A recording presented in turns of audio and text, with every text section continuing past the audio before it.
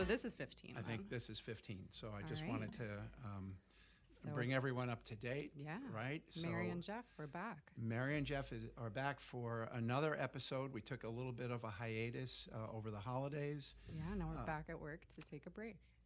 And that's right. Coffee break. It's been a couple of months. A lot has happened. There's been Thanksgiving. There's been Christmas. And And a new year. and a beginning of a new year and a new president. So Yeah. a lot of things are going on. Yeah. First of all was, let's go back to Thanksgiving. Just a quick catch up there. Okay. Was that at your place? Did you have that, or who hosted that? I hosted it. The food was a combination between my parents bringing some things and us making some things. So But it it was went- very low key. It went well. Yes. And yes. turkey wasn't on the thing. Easy You going. you go for quail or something. Quail. Whatever you. No, I've cook. never had quail. My neighbors. We did raised them. turkey breast since it wasn't that many of Okay. us. So that was more And you cooked that. reasonable. Yes. Oh. Yeah. So that feeds right into the overarching topic for today, which happens to be food, but we'll get to that after the Yes, catch-up. Yes, and we have a special guest to discuss food with tonight. Who is on the sidelines? Yeah, he's ready and waiting. Do we reveal who it is? Not Yeah, yet. yeah, we'll get to it. We'll get to we it. gotta Right. Let him Build. just cool his jets Yeah. until until it's time for the food. And how are your holidays? Well, my holiday was, I have a strained relationship, but it's better with my boys who are 50 and 49. And they weren't sure they wanted to have Thanksgiving with me. Okay. But I said to Missy, my wife, let me have lunch with both of them and clear things up. Because anyone that has a family knows how chaotic things can get. Especially at the during the holidays. Yeah. So it can be a bit of regardless of my personality, the holidays can be stressful about who wants to do what and where should we go and Yeah, and gifts and all of that. So everybody's other I had families, yeah. lunch with both of the guys and in Brooklyn, which is where they live, and that cleared the air. So, that's awesome. so that allowed me to fast forward to Christmas, where we all got together, and it was a wonderful time, a really good time. So I'm glad to hear it. and then my younger son Alex and his wife and kids flew to the Puerto Rico for a week to be just in the sun, and Puerto Rico lost all their power. Oh no. And That's right. and so for 3 days they couldn't go to any restaurants because nobody could cook, which also leads into our overarching topic about food. You really need heat. Did they have cereal for cooking. for their meals? They did. They had And cereal snacks. and they found a conch and ate seafood. Yeah. Tried to They built a fire. And, grab a fish. Yeah. And but they had a good time, and they have pictures they have yet to show us. Okay. But be that as it may, it was a great Christmas. Good. And it the, all came together. and the overall gift was I got my granddaughter, Lily, a lightweight Apple laptop. Wow. What's it called? Air? Or I forget the model of it, Yeah, I but don't that know. freaked her out. She just loved that because she'd been sharing her computer with her mom, and now she could just go into her room and Wow. have at it. So you're the best. So I'm the best, grandparent right? ever. And I said, when you send your first email, it has to be to me, and she did. Aw. So we have a good Very relationship. sweet. So Wow. no return gifts. No. And for you as well. No, I don't think so. I think we did pretty well. You focus mostly on the boys, right? I would imagine. Yeah. It was a big, vehicles always, big musical instruments year Oh. too. Cause, Electronic, like a Owen- keyboard. Yeah, we got a keyboard, we got ukulele going. We had a Bluetooth karaoke mic, but that already got destroyed, which is right. probably for the best. And Right. and yeah. So and did Ryan go crazy with you? Did he give you one big gift?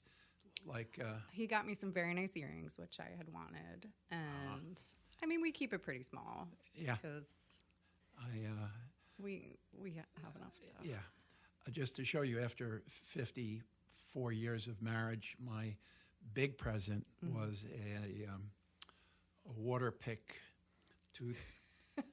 toothbrush water. Very exciting. It was. I feel like though that was a big gift for people. Yes, for people my age, exactly, who are losing their teeth, and you don't want to really brush them, so why don't we just wash them with a water pick at 300 pounds per square inch? But anyway, we very exciting. It was exciting, and actually, I just forgot what I gave Missy, but it was nice. She liked it. It just went out of my head. I was going to talk about it, and it went out of my head. It was that nice. Well, we'll come back to that. And then also time away from work, where you had a week or a week and a half, just the way the kids were off from school for 2 weeks because of the way it fell this year. So I got a chance to do some deep streaming. Yeah, what were you watching? Well, you know this, and for the listening audience, by the way, this is January 28th. That we're doing this, 2025, and like I said, we've been away from this for a couple of months, but between the holidays, going back as far as Thanksgiving up to now, there have been a lot of great things to watch on TV. My favorite, everyone remembers Breaking Bad. It's kind of like the iconic benchmark for streaming shows, and this one is that I'm going to talk about is Landman, with Billy Bob Thornton and John Hamm. And what's this streaming on? And it's streaming on Paramount, but they made a deal with Amazon Prime, so you can see it on Amazon Prime, but they want you to you can see it for free, but they want you to the lead-in is to subscribe to Paramount. So I saw it on Prime. Okay. But it's 10 episodes. One season has already been, put in the bag, and one episode after another is so riveting. It's so amazingly involved, and I'm not going to go into it because I could hijack this whole podcast, and I know Mary's looking, and I'm just afraid you're going to spoil it for anybody who hasn't watched it yet. I would. I haven't watched it yet. I would. So it has the intensity of Breaking Bad? Yes, it has. The only brush stroke I'll give you is Billy Bob Thornton is one of those incredible actors. John Hamm is as well. And it's all out in Midland, Texas, which is oil country. I've been there when I lived in Texas for 3 years. And it's just a bunch of pump jacks, thousands of pump jacks on pads that are pumping for oil, usually the average is 100 to 150 barrels a day, each of these pump jacks. So no one pump jack is that important to producing oil, but all taken together, it's an amazingly important part of producing oil. And John Hamm owns like 1,000 of these pump jacks, and he needs a guy to go from pump jack to make sure everything is working well and that nobody is stealing or whatever. And that person is called a landman. And that man is Billy Bob Thornton. And he has to deal with drug cartels who are stealing his trucks in order to stealing trucks filled with oil so they can sell it, so they can buy more drugs. It's really quite involved, and Billy Bob Thornton is one of those remarkable actors, and I recommend everyone see it. All right, great. Okay, that's that. And so, anything else you've been watching? Yes, I told you Conclave. I told you about Conclave. Oh, the movie. Right. That is a movie with Ralph Fiennes. Yes. And Stanley Tucci. Stanley Tucci, who was going to be the. Do I go into that? No. No. Okay. I mean, we don't want to spoil it. No. But I would. But you told me. I did. Pretty much all the movie, and I do want to see it now that you told me. It is. More It's about just it. essentially about the Pope dies, and then everyone has to come together. All the bishops have to come together from all over the world, and go into a conclave at the Vatican, and elect a new pope. And the pope that is elected has to get 75 votes out of like 260 bishops 250 bishops that are there. It has to get 75. So they take a vote, and it's all over the place. Some have 14 votes, some have 22, but no one's got 75. Then they blow the black smoke up out of the chimney, and everyone's sad because they didn't pick a pope. They do another voting the next day, and it goes on and on until they get a pope. And they finally got the pope, 76 votes, but that's just where the story begins. Oh, that was good. That was good. I'm proud of you for Thank that. you. Thank you. You stopped yourself. I knew I could well do done. that. So we'll talk about, Well, I was going to say, I finally got to watching Bad Sisters. Did you watch that I on did. Apple? Yes. So good. It was And very then good. I just finished the second season. Ryan and I were watching it together, and then he got sick of the second season halfway, which I heard Is bad. a decent amount of people did, but Yeah. it gets so good at the end there of the second season. Uh, It's so well written, and the characters are great. And it's Sharon Horgan, who we loved Yes. from Catastrophe. Remember? yes, on I do. Prime? Yeah, Right. she's fantastic. It's something about a second and third season that goes cold. It's tough. I mean, it's tough to follow that up, especially with a show like that, where the first season really felt like a standalone right. show. Like the morning show on Apple. Right, again, you were saying, which I haven't watched was that at all. really but- powerful. You yeah. get so invested in what's going on in the newsroom, and Reese Witherspoon and Jennifer Aniston, and they become great friends, but also competitors. And the second season fell flat for me. I watched Okay. it, but it wasn't as riveting. Gotcha. But okay, so All right. So there we have our yes. guest today that we're talking to. Well, yes, we were going to focus a little bit, even though these tend to ramble, and we've gotten a lot of feedback on our podcasts, and the feedback sort of goes in this vein. Hey, we really like the podcast.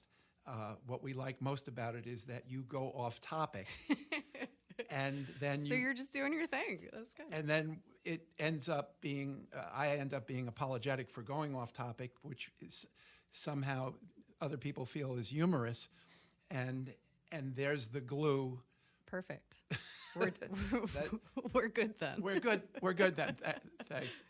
You're giving the people what they want. You had said the funniest thing like 5 podcasts ago when I was describing. It was all about streaming shows. Okay. We did. It was a really riveting. I think it was number 6. That or was one of the 7. first ones we did, I feel like. Right. It was in the early Yeah. pile, and I can't describe these rom-coms without crying.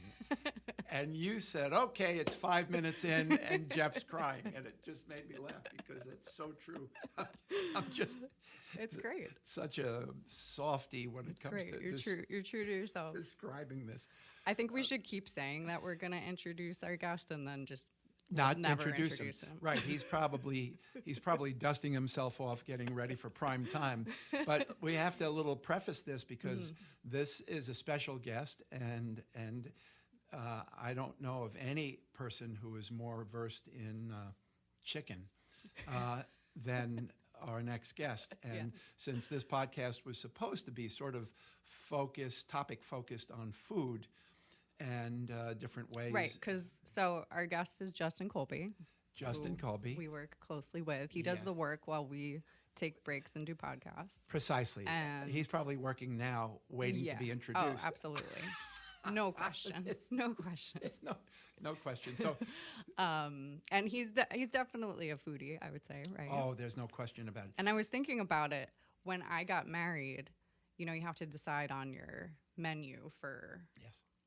all the different Right. foods you have to have at the Right. cocktail hour and the meal and all of that. And I was so overwhelmed by it. And Ryan is not a big foodie, and he's like, "You pick whatever, it's fine, it'll be great." And so I went to Justin and I said, "You got to help me out with this because I know that you know he's- food." So he is definitely a go-to for Oh, there's no food question. stuff. Let me tell you how go-to food he is. I'm a pretty private person, and every day I go out to a deli and I get a lunch. Everybody here pretty much brings their own food. Yeah, for the most part. For the most part. and I like just the drive, and I like deciding on what I'm going to have as a sandwich. And I cannot walk past Justin's office without him having to know what's in that brown bag that I'm bringing. And it's gotten to the point where I don't even wait for him to ask. I just walk into his office and I say, hey, this is tuna on rye, or this is a BLT with 2 slices of AC with LBOB, which it stands for a little bit of butter. So, and he's satisfied. You could see there's a calm that comes over him because he knows what's going on. Totally. So without further ado, we should bring Justin Colby. Welcome, Justin. Welcome, Justin. Can you hear us? I'm here. Can you hear me? Yeah. Yes. Loud and clear. Yeah, I almost almost laid down for a nap when Jeff started into the movies. That was the original concept for this podcast when we talked about you guys doing a podcast a few years ago. Yeah. I said, you can just wind Jeff up and set him off, and Mary can be there to correct. And it's you have the most remarkable recall of the entire movie to tell it. So I once you started talking about the convent, what is it? Conclave. Conclave. I said, I got a half an hour. He's like, I'm going to have some snacks. But you don't. Well, we're going to talk about food. And, yes. And one thing I always remember about Justin with food is that he told me when he reads books, he gets concerned when he doesn't know if the characters have eaten or not. Is that correct? Yeah, that's why I'm a big fan of the Odyssey. They sit down and they have a meal and they describe it like every 6 pages, and you feel good. If you have a character who doesn't eat for You're talking about Homer not having eaten for a month? No, Homer always describes the meal in great detail, and they sat down and they had a feast with many meats and cheeses, and everybody ate until they were full, like every 6 pages in the Odyssey, if you read that. I have read it, but it's been a while. And the same with Lord of the Rings, always describing what the hobbits are sitting down and making every 3 hours. Makes me feel good. Hobbits aren't eating popcorn. I thought like they turkey might. legs. And, they've got a pot. This is vaguely food related, but I wanted to apologize. I'm a little hoarse, and I grabbed this mug. Jeff, do you remember this mug? I do. Both. It's a Denny's mug. Both sidebar here. Justin and I love diners, and when we go out on a sales call or when we go traveling, we will look for a diner to have lunch in. And this mug that he just held up that you can't see is a Denny's mug. So it has a yellow block of color with red letters, I think. Is that red letters? Red letters. Yeah, red letters saying Denny's. And I wanted him to go to Alaska because I had been 14 times before he got married back in 2013. So he and I agreed we would fly up to Anchorage. And it was his bachelor party. It was. I had 2 women stewardesses from Lufthansa who were wonderful. I met them at a wedding, and both of them were, just gorgeous. And they can fly anywhere in the world because they're stewardesses, and they can go on Lufthansa. And Lufthansa flies into Anchorage.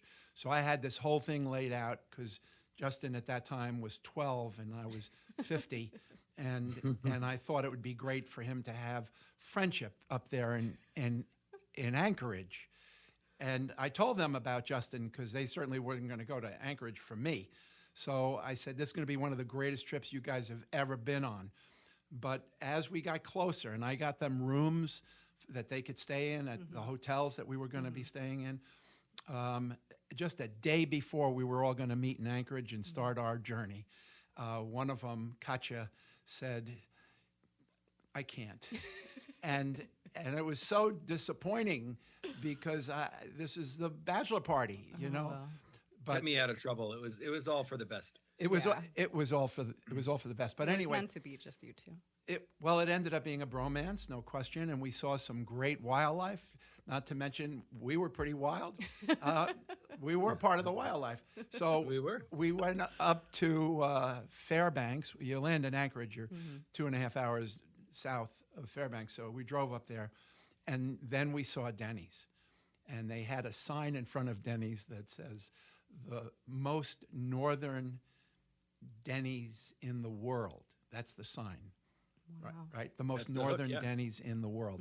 And you got to go in there and have what would be a grand slam Yeah. breakfast. And And they did have reindeer sausage. They That was- did. They Did had you did you try it? and Of course. moose patties and reindeer sausage and ptarmigan fries. Was it one of and- your top restaurant experiences of your life, would you say? I think it was pretty much the same as any other Denny's. It was. But we did have a sweet waitress, and I confided to the waitress, this is a bad thing about myself. I like to steal Denny's cups. And you said that to her. Not this cup, the little cup. The little square Right. cup that they have when they give you, and it It's doesn't almost hold curved. a lot of coffee, but It's curved a little bit, right? And heavier, maybe? yeah, and they refill it constantly, so Right. your coffee never gets cold. And I love that if I'm home, the coffee never gets cold. You just top it off, and I love that. So I told her, I said, I'm going to be honest with you, I'm going to steal this cup because I love these cups and I have to have them. So being a sweetheart, she went and brought me this cup. But then I said to Aw. Jeff, well, this isn't really the cup I wanted. I want Yes. that cup. Yeah, he was So I still upset. stole the You're cup. like, so I'm also still gonna. I'm Yeah. still going to steal the cup. Right, exactly. So that's when we went to jail in Fairbanks for a week. Wow. Was that the day we found out about the plane crash? Or was Yes, that a you different- held at Yeah. Soldotna, a plane carrier, Raditsky Air is the next day we were going to drive. Was it the next day? Yeah, it was the next day. This was a Monday, and we were going to fly out of where Rusty, what's the town he was in? Not Homer, Soldotna? No, Soldotna is the airport, but Rusty was in Creek. Polly Creek. So anyway, we got to drive down to see a friend of ours who runs this fishery, and he's a good friend of mine, and I wanted him to meet Justin, and he said, "Look, if you guys are going to come down here, let's rent a plane from Raditsky Air." And we'll fly, and I have Rick Raditsky himself as the pilot, who's going to fly us across Cook Inlet, which is one of the most beautiful bodies of water. And the water actually doesn't look like water. It's kind of has a feel of viscosity that's almost like oil. It's thick water. You could tell why whales love it. It's powerful water. It's not just wussy water like you find in Long Island Sound. And you swim around in gross it. water. It's gross Like water. Jell-O. Yeah, yeah. Like Jell-O. Yeah, this is almost like Jell-O, but it's heavy water, and you just know everything that floats around or swims in it has to be healthy, because it's like any animal that's in Alaska has to be healthy, because you're not going to make it through the winter unless you're on, like right in my shoulder. I'm going to have my shoulder replaced, folks, next week, but that's another story. But if I were in Alaska for a winter with a bum shoulder, I'd be dead. There's no way I could cut down a tree and make firewood. No. So nevertheless, we know we're going to go on Raditsky Air and fly across Cook Inlet and land at Polly Creek and watch everyone catch these razor clams, which are large, and there's a style of catching them before they dive down into the sand. That's actually a podcast in and of itself, but we're not going to go there now. The Alaska theme. The Alaska themed podcast. So anyway, we're up When in you run out of guests, I'll come back on for the Alaska one. Okay, so for the podcast, for the Monday at Denny's, we got a newspaper because everyone, when you're having a cup of coffee, you want to see what's going on in the town you're in. And there it is, Raditsky aircraft crashes at Soldotna, all 9 people dead, incinerated by the all-encompassing fire as the plane, which was overloaded, which is a common mistake because there's only so much lift these planes can give you, and if you overload it with either supplies or people, it just can't lift, and then it hits a tree, and everyone hates that because it explodes. And That's horrible. and it's horrible. I mean, lucky for you guys. Precisely. So Justin has that look on his face as he's holding it up to me, going, "This is where we're going to be tomorrow." That's insane. And I said yes, and I have a penchant for making itineraries that are extraordinarily detailed. Okay. So he looked at that. That makes sense. I do. I'll have reservation numbers. You'll know what hotel we're staying at, what the price is, when I made the reservation, all of this stuff, because I'm OCD about that. That's great, though. And so Justin looks down at the itinerary and sees Raditsky Air in Kachemak, and he goes, "Oh my God!" So Wow. they all died. And then when we got to the next day, we still went down there, saw our friend Rusty, and he knew, of course, everything. Right. All the flags in that town were at half staff, and he said it was a horrible mistake, a common mistake that Rick Raditsky should have known better, but they had 7 planes and 7 other pilots, so we're still going to use Raditsky Air to go across Cook Inlet and land at Polly Creek. And the two of us, being manly men and not being fearful, we got on that plane, though Justin had that sort of peaked look as we got on the plane. But I mean, I guess at that point, your odds are pretty good. Yes, lightning doesn't strike. Yeah, you hope, right? You hope. Yeah, our wives weren't really, at the time it was my fiance, was not convinced of that. Yeah, I'm sure. You sure you want to get on that plane? This guy crashed last week or yesterday. And I said, but what are the odds of it happening 2 days in a row? Precisely. Oh, man. And I didn't call home. And this is like, what's the name of that guy that always says, and now for the rest of the story? Yeah. There's a broadcaster who's since long dead. Yeah. But boy, the rest of you out there in our listening audience, it's like it's truly riding a psychotic horse into a burning barn, because I've got all these details. You can't possibly follow us. But it's so much fun as I try to bring those thrilling days of yesteryear to the fore. But the idea of getting in a plane whose founder died the day before and flying across Cook Inlet, which is a dangerous, remember about the water, how thick the water is and all of that. And we're landing on the beach. And landing on a beach. Who lands on a beach? The moment you hit sand, you stop. Nothing, you can't ride a bike on sand. So what did you do once you were there? Well, became even more exciting because Rusty is a true mountain man. Rusty Rossler. Mm-hmm. Rusty, if you're listening to this, I love you. And this is a man that has been considered the most likely to have moved more fresh fish out of Alaska than any other human being alive. Wow. With all the fisheries, he's got to put them on planes, pack them in ice, fly them down to Anchorage, and then from Anchorage, fly them into Seattle, the fish markets in Seattle. Well, that's got to be some of the best fish you've ever eaten. Ever. Right? It's like Halihunks, the halibut capital is in Homer, and they take them out of the water, they prepare them right there, and little tears roll down your eyes because it's so good, and it's a massive fish. You see them hanging when you walk through 100, 200-pound halibut.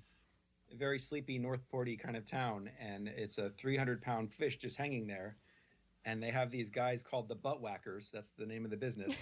And they process your fish. They'll take that 300-pound fish, they'll break it down, they'll chop it up and freeze it and ship it to you. And then cut you a deal if you don't want to. If you say, I don't have room in my freezer for 300 pounds of fish, then they'll arrange to have some of it sold. Wow. That is true. And salmon too. Well, salmon is the key fish that most people buy. We still, Justin and I will still order fish from the processors that are up there in. Oh yeah, I had some of it the last time you got it. Yes, it was amazing. It was amazing. It is frozen because they.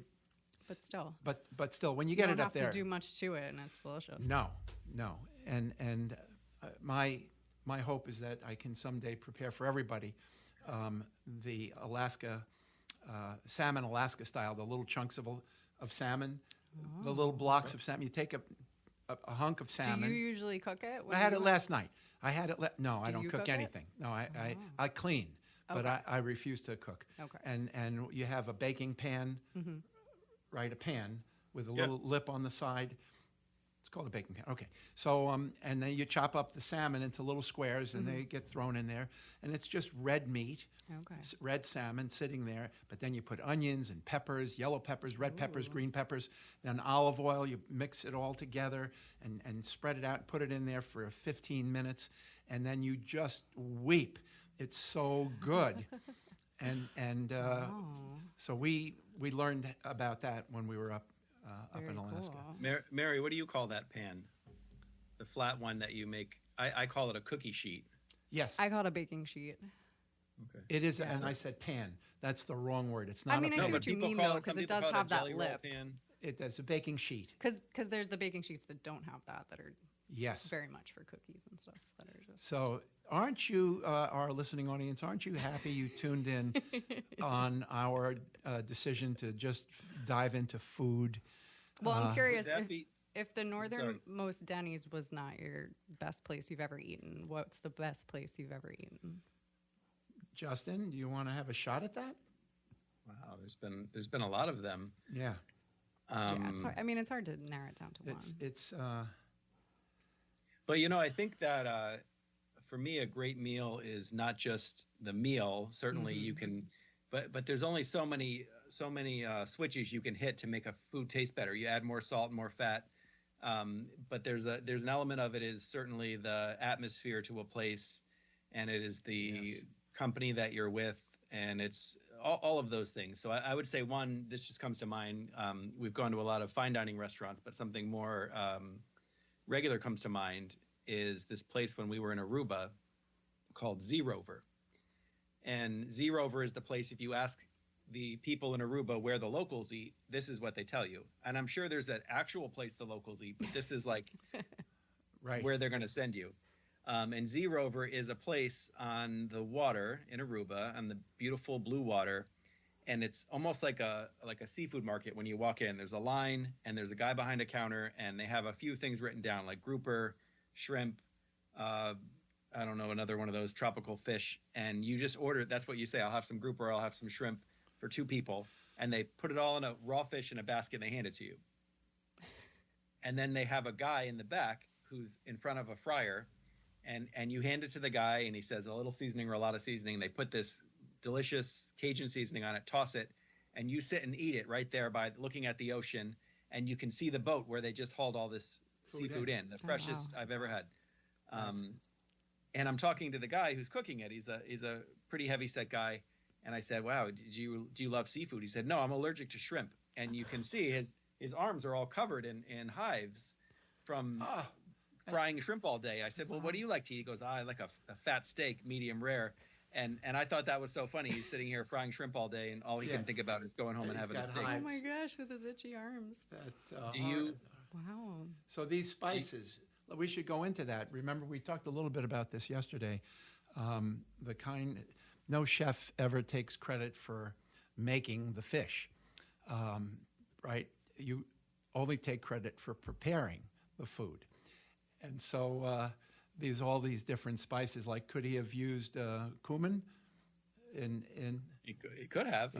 I'm guessing it was probably thyme and chili powder and garlic and some kind of cayenne. Oh, that brings me to a funny Indian joke. Oh boy. You say, please say knock knock. Knock knock. Cumin. Okay. But that was so Mary, poorly. Do you have since I'm going to put you on the spot since you asked me. Do you have a favorite meal you can reflect on like that?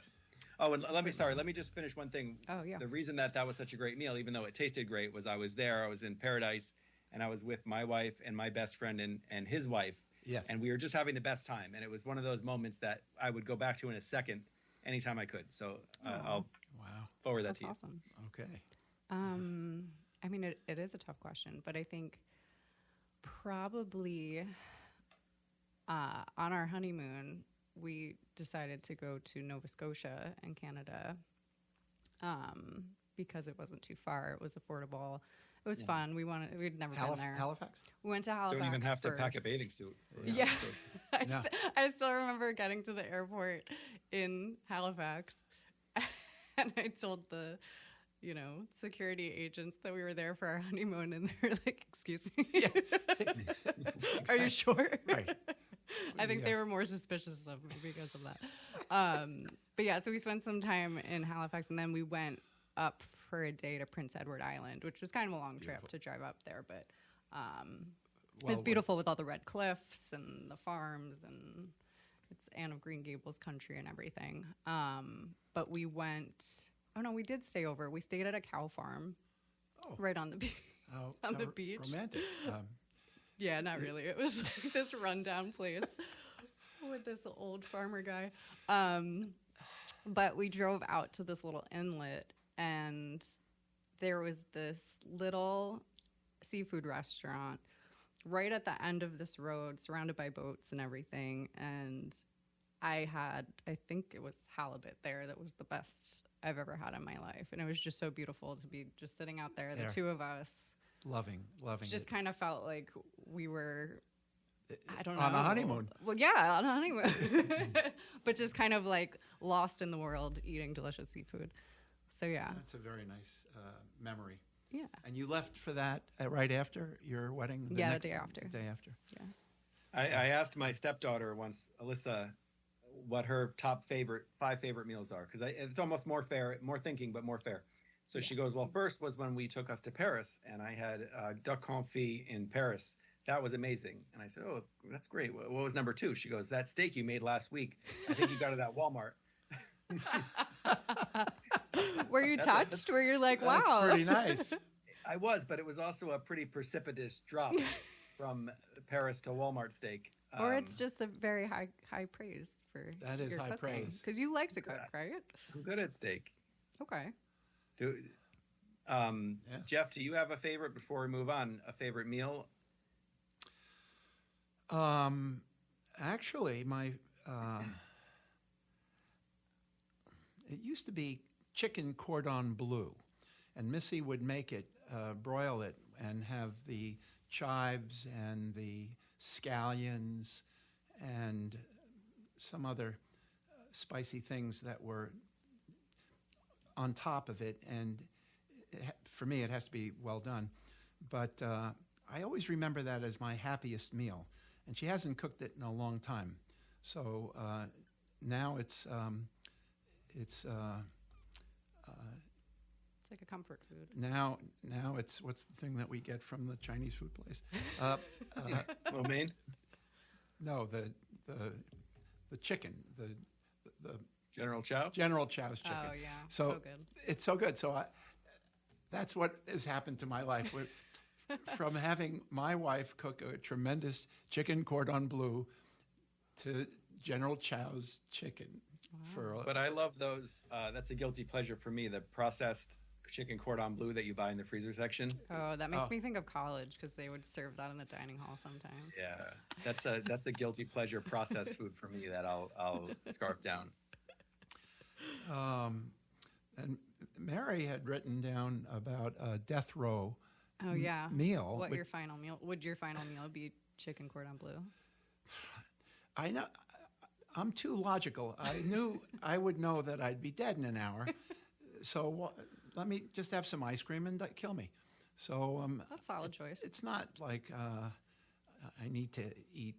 No. I would ask for a banana because it would be my last chance for appeal. See, exactly. And that's it, folks. I'll give you the $20 for setting me up, Mary. Mine would be, though, serious talk, corned beef hash and eggs. Oh, yeah, you do love that. When was the last time you had corned beef? The last time we went to Tim's Diner. Corned beef hash. They don't have it here in Port Jeff? Well, there's no we don't really have a diner here in downtown. Well, there's a 347. There's yeah, you got to drive up there. Oh, that's true. But they got to make it homemade. I don't want a can of Hormel. Drive to Tim's from here.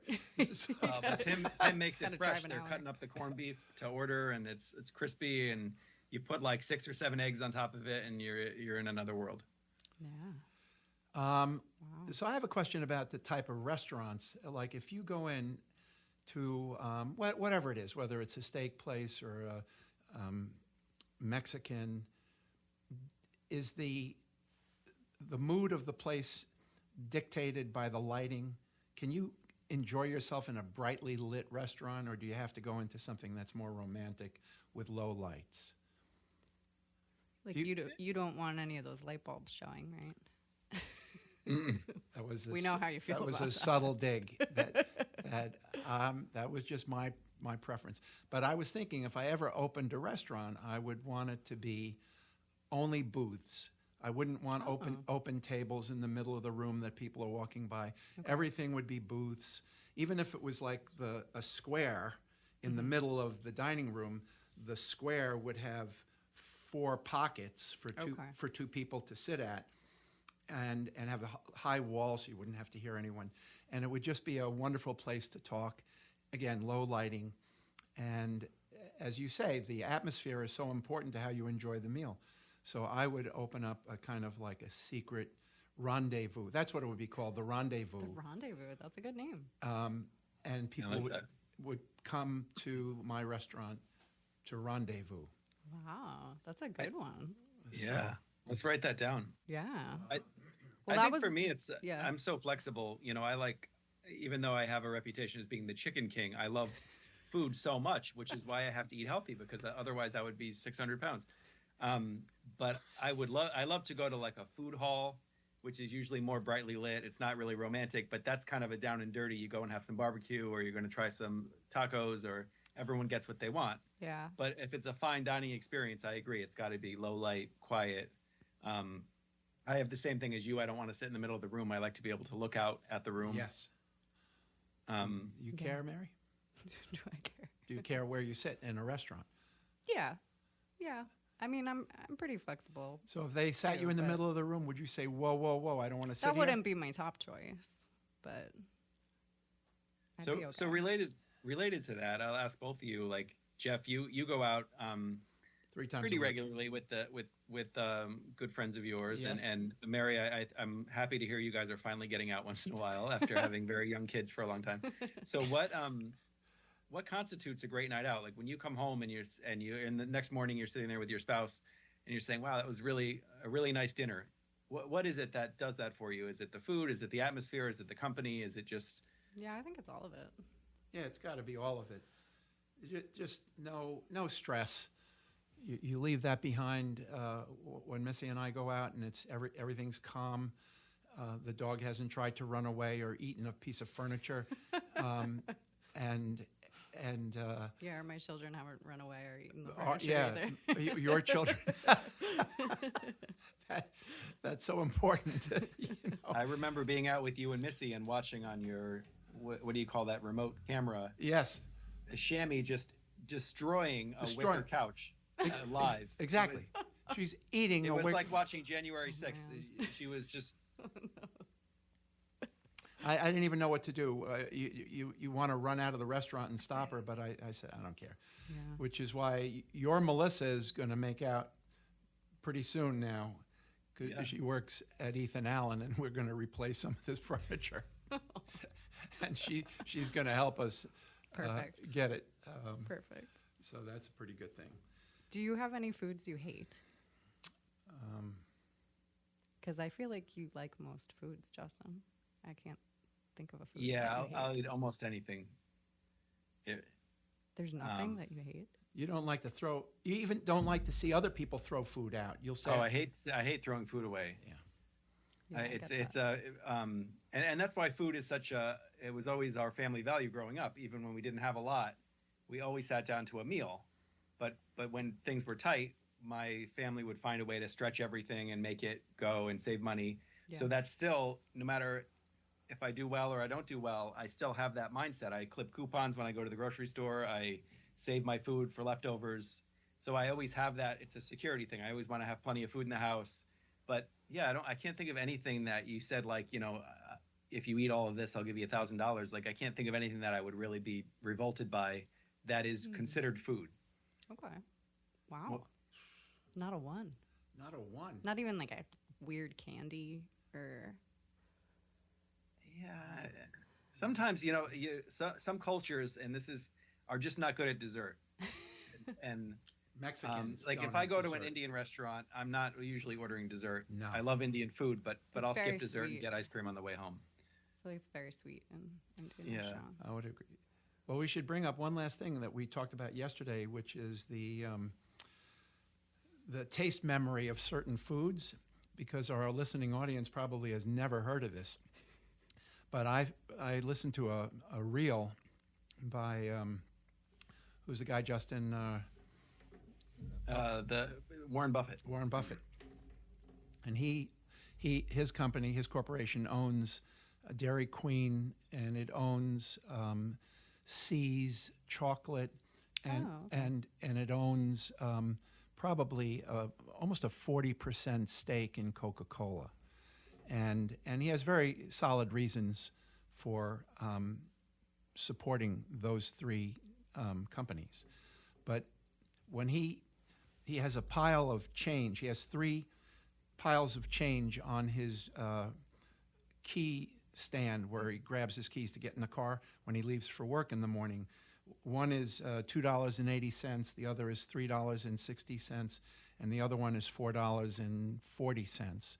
And depending on how well he did the day before in business, whether some of his investments fell and he felt like he was a loser, or if he did very well, that would dictate which pile of money he would take. So let's just say he wanted to splurge because he did very well. He would grab the $4.40, put it in his pocket, drive right to McDonald's, and then order the cheeseburger and the fries and a shake, and which would come to $4.40. And he would treat himself. If he didn't do so well, he would just get a hamburger and no fries and Coke and drive away. So, and he's trying to explain to people why Coke is doing so well over the years. They changed the formula from classic Coke to something else, and they try to go back to it. They had too much cornstarch instead of real sugar.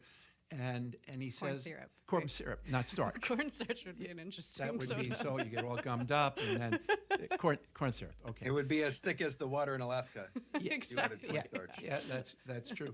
So he said that Coca-Cola has no taste memory to your body.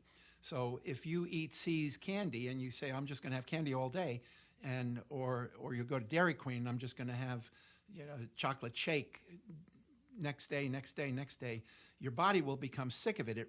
It remembers the sweetness, and it makes you repulsed by that food. Coke doesn't have that. You could have a Coke at 9 a.m. and enjoy a Coke at 12 p.m. and at 4 p.m. the same exact way. There's no diminishment in your enjoyment because your body doesn't have a taste memory for Coca-Cola. And he says the stock continues to rise because everybody's drinking Coke. It's convenient for him to explain it that way. Total. There's got to be people that hate Coke, though. Well, I don't drink it anymore, but I used to have 3 cans a day or 3 bottles a day. That's a lot. That's when they had 8-ounce. Okay. Not 16 ounces, but so I would probably have whatever that is, 18 ounces of Coke in the course of a day, which is why I have stents now, because there's so much sugar in Coke. But what is the thing you think you could eat without limit? Oh, I can tell you, I have unsweetened iced tea every day. There's no end to that. That has no taste memory to me.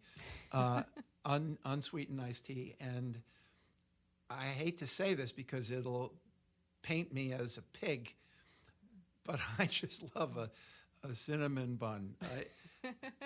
I really do. So Well, I could you eat many of them? No. No, just like one. No, I one a only day. eat half. I buy one from the bakery, and then I cut it in half, have it in the morning, and the next day I have the other half. And I said to Missy, when I die, I would like you to go to that bakery and buy a dozen, throw it into the coffin, so I can take it with me to my next stop. It's your riches for the. And I can share it with afterlife. whoever is there waiting for me, wherever that is.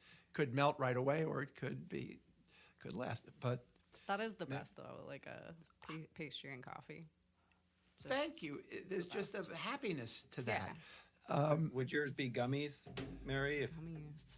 something you could eat to no end? What do you have in your car that you're hiding when you're driving? That I'm hiding? Yeah, you're like in your glove compartment when you reach in and you get like a stick of gum or gummies. Probably would be gummies. I love gummy bears. And that's like a ingrained food memory for me, just because growing up when we were kids, we would go to the doctor's office in downtown in Northport on Main Street, and then afterwards we'd always go to Harbor Trading, the candy store. Oh, the best. And I would get a quarter pound of gummy cherries in the little brown bag, and then my brother would get the gummy strawberries, and that was like our go-to order, and it was just a comforting thing for me. I never knew where that came from. Now I know. Now you know. Haribo, That's what all of us get Mary if it's her birthday or Christmas. Oh, we got to get the cherry. Oh my gosh, her there's with always gummies. so many gummies in my house though. Like we have a cabinet with like baking items and stuff, and that's turned into where all the candy goes to hide, and it's just overflowing with gummy candy right now. Well, once Do the the kids know hears that? this, you're going to be Where the getting candy packages. is? The kids must Oh, know. they know where the candy is. Yeah. Once the Pod Squad hears about this, you're going to be getting packages in the mail of gummies. Yeah, once people, so what we were going to do to our listening audience, not to our listening audience, for our listening What are audience. we doing to them? Yeah, what are we doing to you guys? But we were going to, since this is such a riveting discussion that we're having, and you guys are sitting there on the edge of your chairs going, God, I can't wait for the next sentence. We were going to build a landing page, a website. Yeah, a Facebook page that people could go to. Facebook page that you guys could then say, hey, what are we calling this? Food or this particular episode of Food featuring Justin Colby. And it's like I am a listener. I am a super fan, and I'm happy to thank be the you. guinea pig to try out having guests. But I always get a kick out of when you say that. I see the title on my thing, so I see the last one I think, or a couple ago, was grasping at straws, and then at some point in the episode, inevitably I hear Jeff say, "Okay, now we're grasping at straws here," and I do a little dance because I'm like, "Okay, there it is, the title You of the found the episode." table. There it is. All right, we'll do that more then. Well, we can do that. So this one will be called Knock Knock, Come in. And only we'll know what that means, because And cumin nobody will listen to that. is a spice, an Indian spice. Key component of taco seasoning. It's a plant. Yes, taco seasoning. Taco. You know, cumin and coriander are the same plant. Oh, really? That's a great fact. I didn't know that. One comes from the roots and one comes from the leaves. Wow. Wow. Don't ask me why. once This is again, why we have from him here. downtown. Yeah. Anytime So- you need to know useless trivia about food, I'm your guy. Oh, it's So- good to know. How about a time check? How long has this podcast been going? Too long. It's like an hour? It- We've lost all listeners at this point. But thank you for being our first guest. Yes, you were so wonderful. My final question for you is, what is your go-to fast food restaurant and your order? Wow. Go to Fast food. fast food. Danny's. I'm going to say Wendy's, because Wendy's is the best Solid. all around. And it's got to be I don't go for the premium. I'm cheap, so I get a junior bacon cheeseburger. I got to get the nuggets. If I'm feeling really bad and decadent, I'll get the frosty on the side. And the So do you get fries. the biggie bag deal? Is that I what do, that and is? but I usually don't Bacon get bag? I've never heard of that. Yeah. I That's a don't good get deal. soda. I'll just get water when I do that. I don't know why. Oh, okay. Do you like Wendy's? I think as well? because when we were kids, that would be a way we would save money. We would bring drinks from home. So if we Sure. got fast food, we never got a drink from the fast food. I never had a fountain Coke when I went to McDonald's. Yeah. We would get the bag of. Do you remember when Jeff would probably remember this? Well, you remember when they were like a nickel. I remember before McDonald's came. When I was before a kid, McDonald's. McDonald's cheeseburgers were 49 cents. Totally. And 59 You cents. got money back from your dollar. And we would get a bag of them, and that would be dinner. And then we'd bring drinks from home, and Sure. that would be. So That's a great deal. that's it. Be sustaining. Totally. Solid choice. I always thought that you, Mary, would be a McDonald's person. I am. We definitely went to McDonald's more growing up, so I love a McDonald's cheeseburger. I had One- 2 last night actually. So Wendy's. But I do love Wendy's too. I think Wendy's does maybe have better food, Burgers, quality of meat. probably, but I do love McDonald's. I always liked the guy when he was pitching. It's almost like the Tom Carvel, but the guy that pitched for Wendy's, the guy that started Wendy's, who's always talking Dave. about the square burger. He's dead now, but Yeah. he was very convincing about Oh yeah, Dave, right? Dave Thomas. Dave Thomas. Dave Thomas. He pitched his his He was square so sweet on all the commercials. I mean, and he gave a lot of money to charity. Yeah. I always remember that. and we didn't really have many Wendy's around here until I want to say I was in high school, maybe, at least close to us. So it was even more of a novelty, I think. And then there was Wetson's, which none of you remember because No, I that don't goes know back what to that is. 1955. It's ridiculous. This is when food just became popular in the world. And they had Wetson's was Wetsons, and it was like Wendy's. You drove in, but everyone had to open the hood of their car and rev their engines, and all the girls who were with their guys, boyfriends, or coming on to a guy would look into the engine and hear the sound of all those cylinders slamming away and pretend they're interested. Nobody cared. And I was the most pathetic of all the people that showed up at Wetson's because I had a Volkswagen, and when I opened up the lid on the engine, it was in the back. It wasn't in the front, so nobody wanted to go to the back of the car. And they still do those cruise nights, right? Do you have that out here? These little greasy spoon kind of places will have a night where the old timers come with their cars. Yeah, It's a lot of fun. Do your kids like to go to that? Oh yeah, oh yeah. oh, that would be great for them, right? Yeah, To see they that. see all the old cars. Yeah, All right, so that's a wrap, right? that's a wrap. That's a wrap. Thanks for having me, It's guys. actually, we Thanks, started this Justin. on January 28th, and lo and behold, it's January 29th. So we've been going for 24 hours. Thank you for staying with us. The Yeah. most And- I've talked in a month. And stay tuned for the next one because it's going to be even better. Probably has to be. So on that note, say goodnight, Mary. Good night.